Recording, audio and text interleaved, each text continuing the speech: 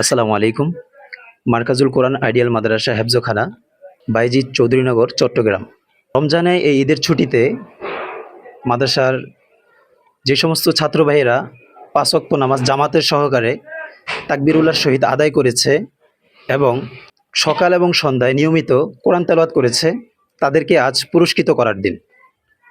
যিনি পুরস্কার বিতরণ করবেন তিনি আমাদের মাঝেই উপস্থিত আছেন, আমাদের মাদ্রাসার সম্মানিত শ্রদ্ধেয় প্রিন্সিপাল সাহেব হাফেজ মোহাম্মদ মহিউদ্দিন সাহেব।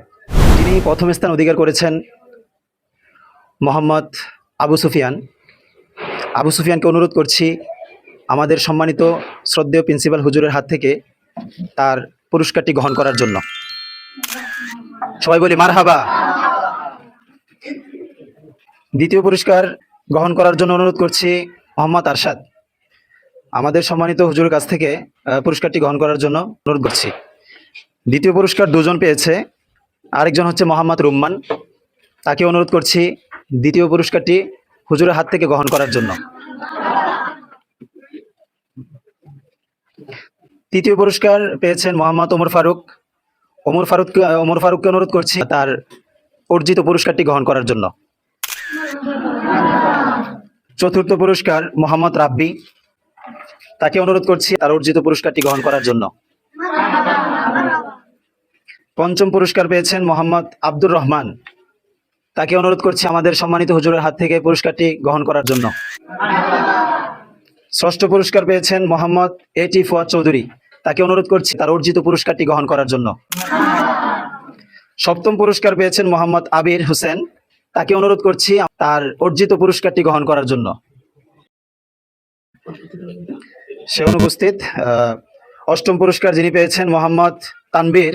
তাকে অনুরোধ করছি তার অর্জিত পুরস্কারটি গ্রহণ করার জন্য। সকলে বলি মারহাবা। আমাদের এখানে একজন অনুপস্থিত, ইনশাল্লাহ এটা পরবর্তীতে দেওয়া হবে। আর এই রমজান মাসে আল্লাহকে সন্তুষ্ট করার উদ্দেশ্যে প্রচুর পরিমাণে যারা কষ্ট করেছেন, মেহনত করেছেন, কোরআন তেলাওয়াত করেছেন, রমজানে রোজা রেখেছেন এবং মাদ্রাসার নিয়মকানুন মেনে চলেছেন, তাদেরকেই আজকে পুরস্কার বিতরণ করা হয়েছে।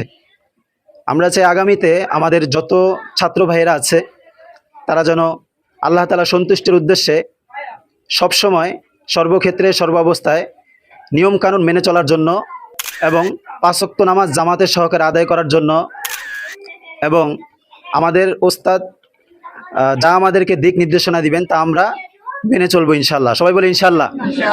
আল্লাহ তাআলা আমাদেরকে সকলকে মেনে চলার তৌফিক দান করুক।